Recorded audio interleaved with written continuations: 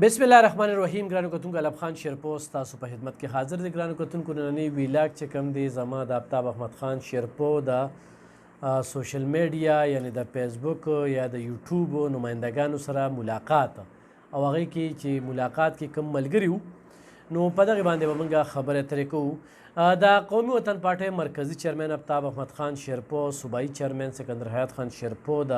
یوټیوبرانو سره لیده کاته کړي دي، هغې سره یې مهمې خبرې کړي دي او هغې سره خپل آینده چې کوم دی نو لایحه عمل هم توی کړی دی او راتلونکي وخت کې یا تیر شوي وخت کې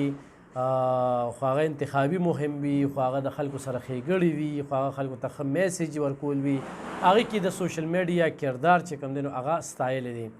آفتاب احمد خان شیرپو دغه یونین اف سوشل میډیا چې د هغې صدر دی یا شجر صاحب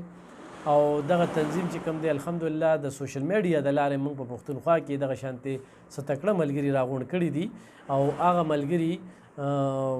یو مثبت کردار ادا کوي په دغه معاشره کې. نو هغې کې د مردان ملګري وو چې هغې کې عزیر و، حمزه و، ماجد صافي د چارسدې و او دغه شانتې د تغبې ملګري وو، دغه شانتې د مومندو ملګري وو، ورسره زموږ د چارسدې نه چې کوم دی نو جاوید محمود و، رفاقت الله و، نصر الله خټک و، ضیا محمد و، محمود جان عمرزی و، عدنان خان و، اختر ایوب و او دغه شانتې نور یو شمېر ملګري وو شاید چې زما نه دې وخت کې نومونه چې کوم دی نو هغه پاتې کېږي، معذرت کومه. نو هغه د ملو شو 25-30 پورې کسان وو.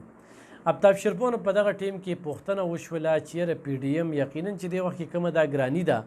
او د ګرانۍ کم حالات جوړ کړي دي نو هغې کې د پی ډي ایم باندې دغه تورونه لګي. اگر چې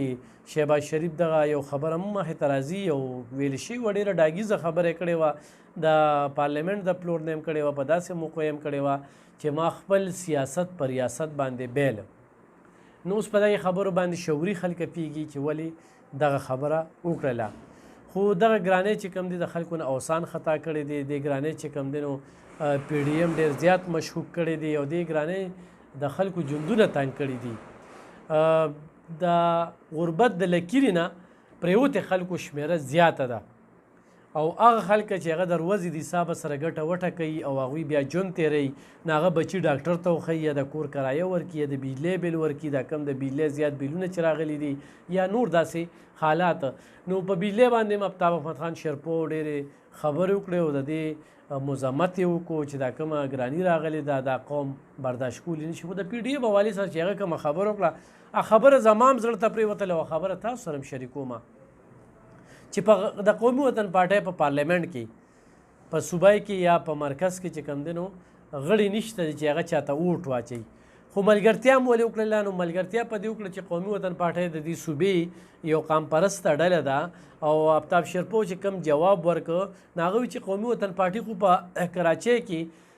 یا په سند کې کومې جلسې وشولې نو د قومي وطن پارټۍ ته پکې نمایندګي ورکړې شوله. هلته خپل موقف ډېر واضحه بیان کړه چې یاره د پښتون قام موږ کوم سیاست کوو او په ترقۍ باندې موږ یقین ساتو او په روزګار باندې یقین ساتو. نو ما هلته کې خپله خبره کړې ده، ما په بلوچستان کې هم کړې ده او ما چې په پنجاب کې کړې ده او ما په پښتونخوا کې هم کړې ده او دې نه هم کومه. نو قومي وطن پارټۍ چې دغه ملګرتیا نه کوله دغه وخت کې نو زموږ پارټي زموږ ډله چې کومه راغله بیا د دغه نمایندګۍ نه هغه لرې پرېوتې وه. نور هغه واضحه ده چې دې وخت کې کوم نړیوالې شوې دي نو ملک ته نقصان وزي ده او دغه ملک ته نقصان چې کوم هرګز هغه موږ نشو برداشت کولی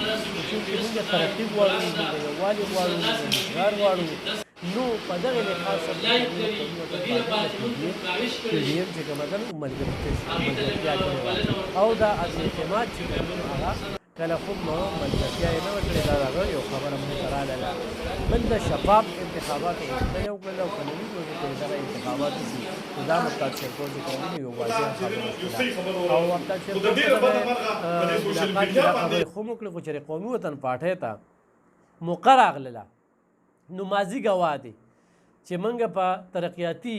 کارونو باندې او په ترقۍ باندې یقین ساتلی دی او ترقي مو ورکړې ده او ترقي غواړو، روزګار غواړو نوجوانانو ته او هغه مواقع چې دلته کې دي شته د هغه مواقع ورکول دي زمونږ چې کوم په وفاق باندې وقایجات دي د دې صوبې هغه دې صوبې له روړل دي د دې دپاره اواز پورته کول دي نو ډېرې واضحه چې کوم دی نو دغه خبرې آفتاب شیرپو وکړلې او په دغه موقع باندې سکندر حیات خان شیرپو هم و ګرانو کتونکو دغه کومه خبره چې آفتاب شیرپو کړه چې د پوډیم حصه جوړه شي نو د هغې نه پس هم چې کوم دی دې وخت کې په دې علاقه کې د ګیس منصوبې آفتاب شیرپو روانې کړي دي او دا منصوبې په 2017 کې نیمګړې پاتې شوې وې او نن چې کوم دی هغه منصوبې چې کوم دی هغې باندې باقاعده ځای په ځای اتفاقیانې کړي د ټاټونو یو پول او په هغې باندې کار روان شو چې 10 کاله شو چې دغه کار بند و ابازو ته یا موندی ته چې کوم خلک ځي نو هلته کې ټاټونه ډېر لنډ دی ولته کې یو اړخ باندې چې ګاډي ځي په بل اړخ باندې ډېر ځار کوي ولته کې باقاعده پولیس والا ډیوټي ورکوي دغه ځای کې د دې پول ډېر زیات څوک ورکوي په هغې باندې اوس کار شروع شو سکندر شیرپو 3 میاشتو له غالبا وزیر پاتې شو موږ چې دا تېر شوي سیلاب نه کوم بچ شو نو هغې کې د پښتو کوم منصوبې روړې ول نو ډېره غټه منصوبه وه بیا پرویز خټک چې هغې نه وزارت لاړه نو هغه بیا نوښار ته یوړلی شوه خو دلته چې کوم کار وکړو نو په هغې باندې 400 د سیلاب نه بچ وله روزګار چې کوم دی نو خلکو ته یې ورکړو په دغه کې داسې سوشل اکټیویسټو چې هغوی مثالونه تغبیه ورکړه چې زموږ په کلي کې خلکو ته روزګارونه ورکړل شوي دي صحافیانو چې کوم دی نو په دې کې د صحافیانو هغوی د آفتاب شیرپو د دغه کار زیار کردار خدمت ستاینه یې وکړله نو دا مې یو ډېره ښه خبره ده نو ګرانو کتونکو دغه پروني پروګرام باندې مې مختصر شانتې ویلا کوم خبرې ډېرې زیاتې شوې وې خو آفتاب خان شیرپو د ویلاګرانو سره چې کومه لیدنه کاتنه وکړله په دې کې د ټولې پښتونخوا ویلاګران راغلي او هغوی ته یو خپل موقف کېښودله د کرپشن نه پاک صوبه غواړو د کرپشن نه پاک پاکستان غواړو او دا خبره ډاګیزې وکړله او دا خبره ټیک هم دا چې په آفتاب شیرپو باندې نه په روزګارونو کې دا تور لګېدلی تر دې وخته پورې او نه په کرپشن کې چې یاره په ترقیاتي منصوبو کې کرپشن کړی دی یعنی ټیکهداران کرپشن کوي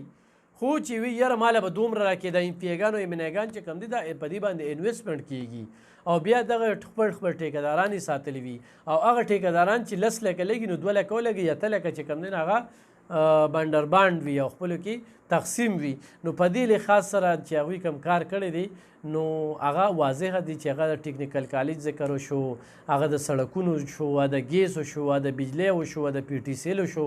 نو داسې لوی منصوبې چې کوم دی نو دې ضلعې ته آفتاب شیرپو روړي دي نو هغه خپل منصوبې هم اجاګر کړې ورسره چې کوم دی خپل موقع به هم کېښودله او د پی ډي ایم سره چې کومه وابستګي وښودله نو هغه هم واضحه کړله او د عدم اعتماد نه چې کوم دی نو خو هم چورلټ انکار وکړو چې یار دغه کې موږ نو دغه یو خبره پکې ډېره مهمه مخې ته راغلله چې موږ په دې وخت کې نو خو موږ په دې وخت کې ضرور یو چې څوک هم د مل سره د قام سره دوکه کوي پراټ کوي زیاتې کوي کرپشن کوي نو د هغه په ضد د کولو کاروی وشي یا نو مای کې چې څوک ملوث دي نو ککړ دي په هغې خلاف دې کاروی شي نو دغه څو خبرې وکړو انشاءالله بل ویلا کې به سره یو بل ټاپک سره حاضرېږم ډېره مننه